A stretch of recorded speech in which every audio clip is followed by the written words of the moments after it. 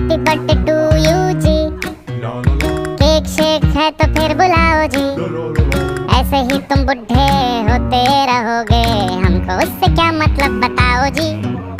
Happy birthday to you हाँ जी, तो इस पे इतने खुश क्यों हो ऐ भाई?